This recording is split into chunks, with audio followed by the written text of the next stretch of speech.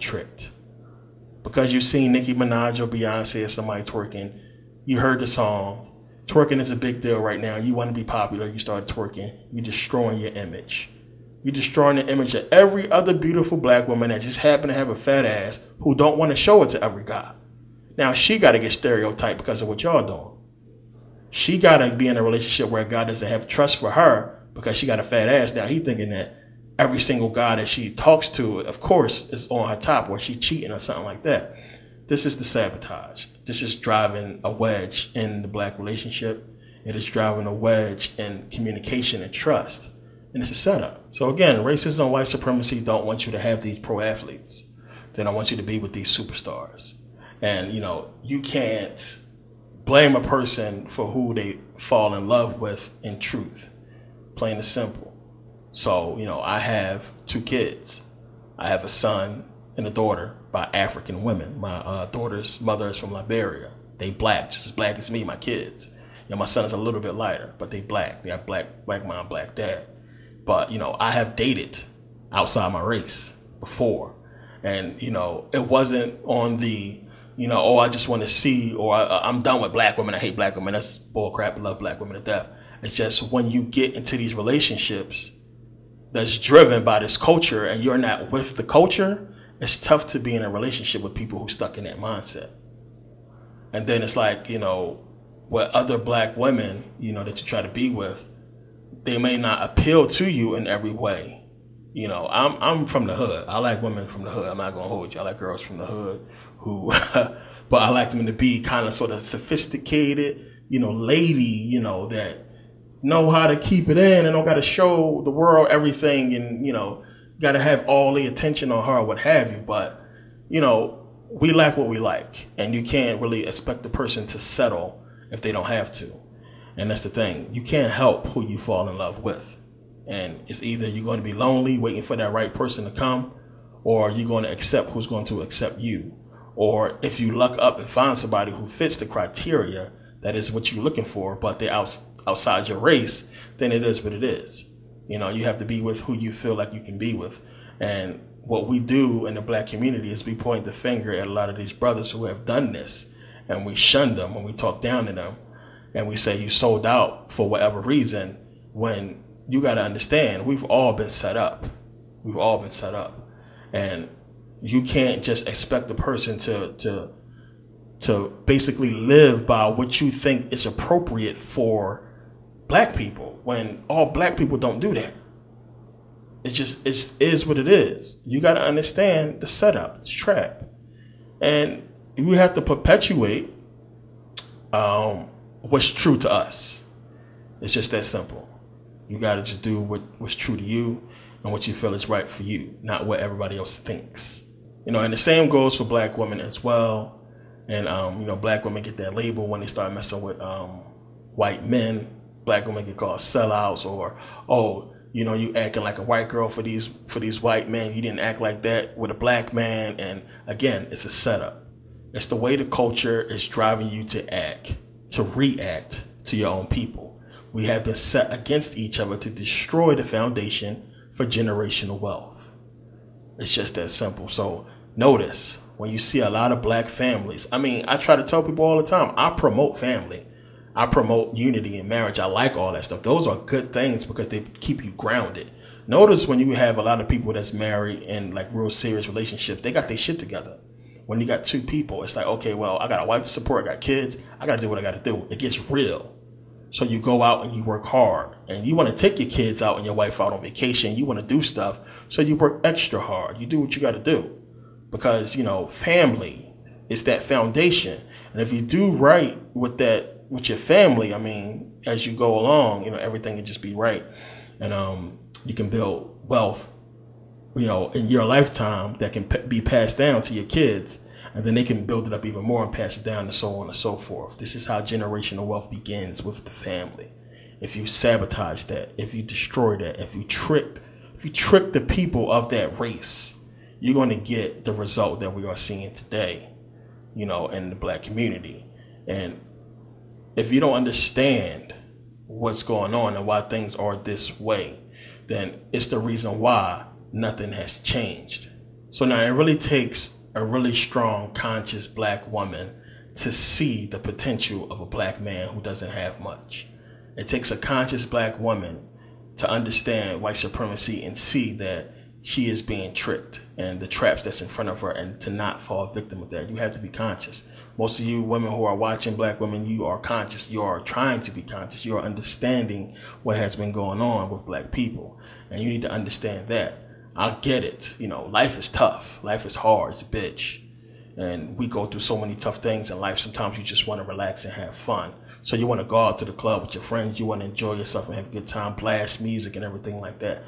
But you do so not understanding the message that's attached to this music and what it's saying and what it's doing to you in that situation. It is causing you to make bad calls. It is tricking you. It is messing with your judgment. It is playing with your emotions. Seriously. This is what it's doing.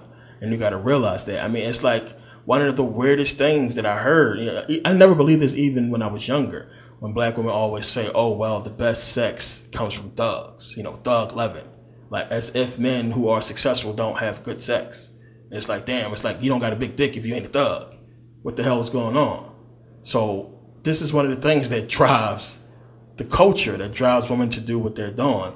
You know, sex is better. You know, I want rough, crazy, wild. And the only people who can give me that is this thug, you know, gangster ex-con.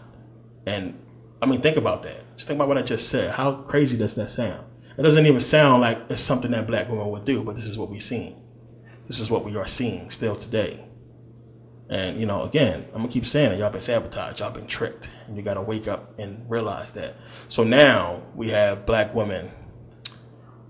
We are not getting the image of you as a strong, powerful woman. They're not giving us that no more.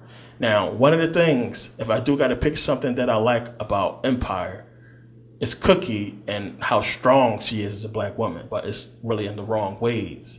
But she's strong, she's smart when you understand like that character, you know, but we're not getting that type of one. I would have loved for Cookie, a character like Cookie, to be like a lawyer, had been out there, you know, like in a legal system, crushing it for black people or something like that. That's the image black women need to see. Or, you know, as a black woman fighting for, you know, black awareness and black history and trying to get rid of racism, white supremacy, something to that effect. Of course, something we won't see on, you know, Fox.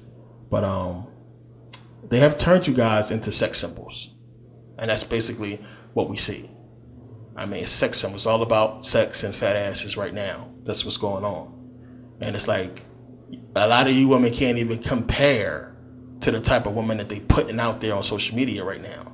Everything is about her ass this, her ass that. Women's getting injections, getting lips done, ass, titty, everything. You know, to fit this culture, to appease this consciousness that we putting out. And it's a negative one. And it's going to create nothing but, you know, pain in your life. It's going to create nothing but bad decisions that's going to lead you to be unsuccessful. And you're going to have these women who are going to sit up here and say, well, I do all this stuff and I'm still successful. Well, that's you. And, you know, you deserve a round of applause, but it's not going to happen with everybody. Something in your life guided you the right way. You made right decisions. So I can't really put you in the same category as the rest of these women. You just did what was right for yourself. You know, but majority of women who fell victim to this, especially the era when I grew up, the 80s, 90s, yeah, we've seen what's been going on with, you know, what happened. And I can look at a lot of my friends now and they see these situations and where they at and remember like them chasing after the woman that they are still with today. I mean, that they have a relationship today because of kids, but not being in an actual relationship. It's like, you know, I remember a few friends chasing after girls like, I want her, got her, kids, the relationship just didn't work. Now it's a baby mom, it's a baby dad. And this is, I mean, we have a word for it. The simple fact that we have that word, that term, baby mom, baby dad, tells you exactly what I'm talking about is true and that this thing has been working for years. We have even come to basically glorify that, to say it a lot, to use it so much. Baby mom, baby dad, baby mom, baby dad. Nobody says husband and wife too much anymore. It's baby mom, baby dad. And you know, then we got to answer those questions and explain why. you know, because you got into a relationship with a person out of lust, not love, and the relationship didn't work out because there was no trust there. There was no real love in the beginning, just lust, and you guys didn't have trust for each other, but you had a kid. It don't sound right. It sounds stupid. What? You didn't have trust for each other, but you had a baby. How the hell did that work? How y'all do that? But this is what we see. This is what we see. And, you know, I can't point the finger because it happened to me, which is why I can convey it to you. I know. I've been through it. You know, I understand. I got 2 kids. So, you know, I know. I know how it goes. And it's one of the things that helped me see the sabotage and the setup. And it's like when you in a relationship with a person that you think is everything is going so well and perfect and right, but you're getting played the whole time. And it's like, you know, my whole thing I always thought about with relationships, you know, boyfriend, girlfriend, whatever like that, is how could you be in a relationship with somebody and then do them dirty like that? It's like, how could you do that? You know, that means we was never really friends in the first place, or you didn't love me in the first place. It's like, how can you stab me in the back for no reason based off the culture? And that's what it is. It's because the culture is telling you, you know, leave your man at home. You know, your girlfriends want to go out where the ball is at. They ain't got men. They ain't got faithful, good men. So they want to drag you out to the club and put you in a situation where it's going to test your relationship. So now you're so busy trying to defend yourself to your boyfriend or girlfriend that y'all end up arguing, not trusting each other. And now you feel like that person is cheating, so you go do the same, and, you know, everything falls in the end. It's a trap. It's a setup. It's just that simple. Racism and white supremacy do not want us to be together. That is clear. And if we don't start understanding that, we never gonna be able to fix and repair the black relationship, and see more successful, you know, black families creating generational wealth. So now another thing is, y'all women gotta start letting these dudes go. These deadbeats, y'all gotta start getting rid of them. Seriously. And a lot of women think because, you know, they got 3 kids with one guy, but he's dead or in prison, then they meet a new guy and have 1 kid with him. And they trying to hold on to this one guy, hoping that he take care of all the kids. But this dude ain't got no job. You get up, go to work. You got to take the kids to daycare or to school, whatever like that. You're in Section 8 house or welfare house or something like that. And, you know, you come home, this dude ain't clean up the house. He playing video games all day. He ain't helping you pay bills. But you holding on to this dude for what? Because y'all got a kid together. He a deadbeat. He ain't really doing nothing. He living off your situation. And this is what we seeing a lot in the black community. Everybody, y'all know what I'm talking about. Anybody that's really from the hood, you see this. You might be one of them dudes or one of them girls. Get rid of these deadbeats, man. Because they're not contributing to your house. They're not putting you in a position where it's going to benefit you and your kids and start to create generational wealth. They're taking advantage of the situation. And in a lot of cases, these dudes will knock you up. Like, well, she already got 3. Might as well give her 1 more. She'll take care of that little nigga until I try to figure something out. But this is going to be my key to have a place to live, a place to squat where me and my homies can come. And they don't really respect you, and they out cheating on you, doing all kinds of stuff. And I hear these stories too much. Too much. I know too many people in the same situation. I see them a lot. And it's like, damn. So we sabotage each other, you know. And we got to understand what this stuff is really about. Destroying the black family. That is the goal of racism and white supremacy. Racism and white supremacy does not want you to be successful. Period. So when you got all these kids and they're giving you a culture that's allowing you to do this, and then they're paying you to basically stay ignorant, to stay unsuccessful. Here, take this welfare check. We're going to give you food stamps. We might give you cash in some cases. We'll help you get a house so you can live and survive and live off this government system, so long as you don't go out and try to do something good for you and your children's future. Pick this drug dealer guy who acting like a baller and you're attracted to him. He appeals to you because of the culture. Pick this dude that you'll find out later is nothing.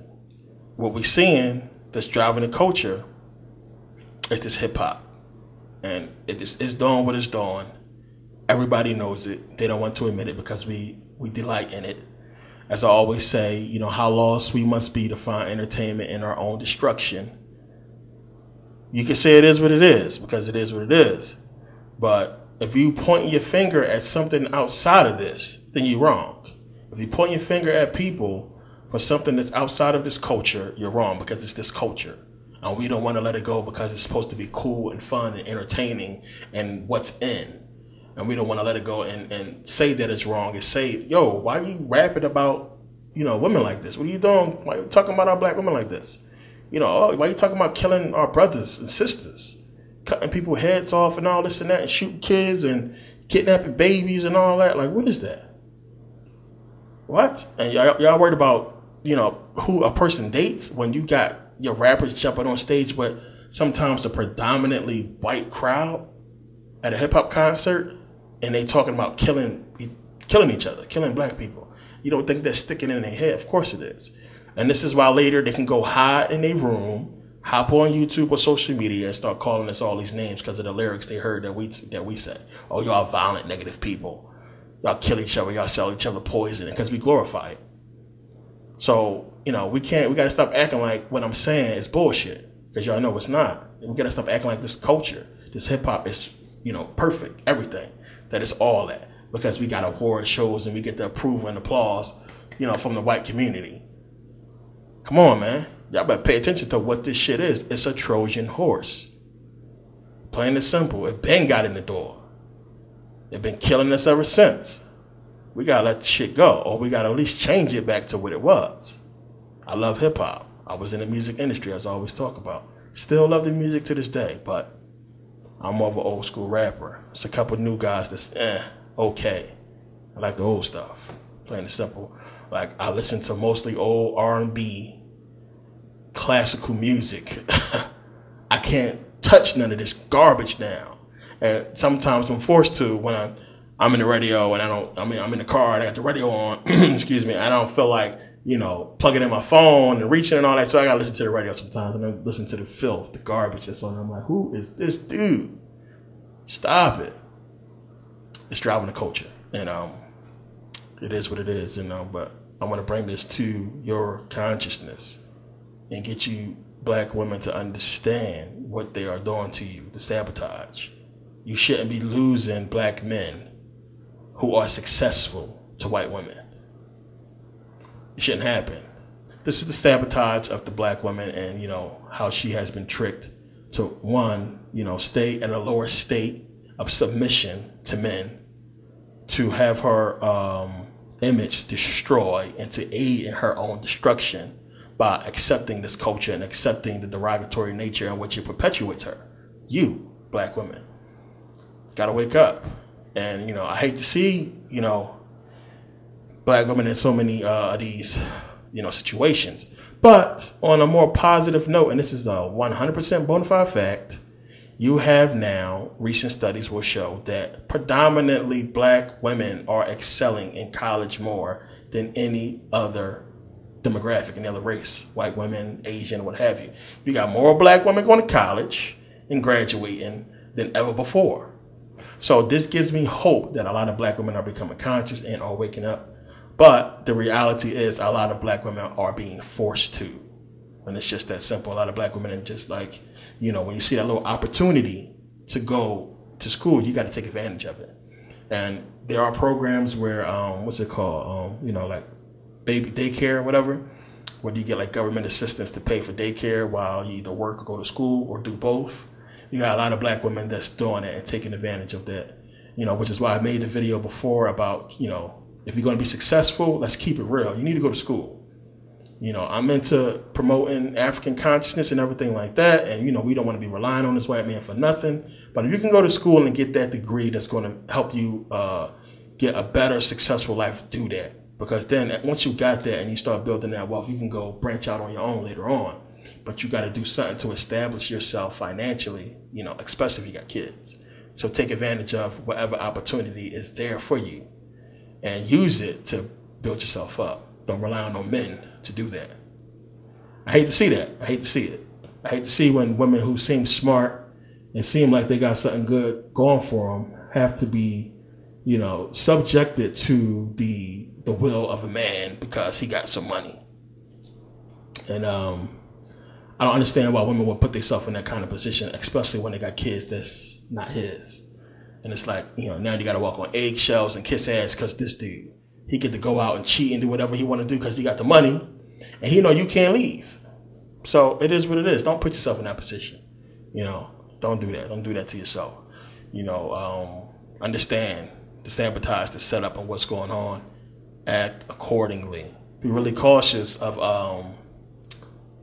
who you date, who you go out with, and who you use those condoms. Be cautious. Understand what's going on. To me, I tell people success is first. Period. All you should be focused on. Getting that bread. Success first. And some people feel like, well, success is boring. I can't go party and be successful. I want to party. I'm not going to have no fun if I go hit the books, whatever. That's boring. You got to go out there and do what you got to do to be successful. Everything else is going to come because success is there, because you have success. So, yeah. I wanted to do this brief video. Didn't want to go too deep into this because I believe a lot of you understand what I'm talking about already. But I wanted to talk about this because y'all got to wake up and understand it's a setup. Sabotage. You have been set up to fail so that your successful black men are taken away from you and forced to go elsewhere while you are stuck with men who just want to play you and live off this culture, who want to perpetuate this culture that is not good for the black family, because at the end of the day, the whole thing about racism and white supremacy is destroying the foundation of generational wealth, which is the black family, which is the family period. But they got to destroy the black family to make sure we don't have that foundation. So once you understand that and see the traps, you can act accordingly. But, it's my video. I want to thank you guys for taking the time to watch. 2 new DVDs out. Link in the description. Purchase if you can. I'll see you guys next video. Thanks for watching.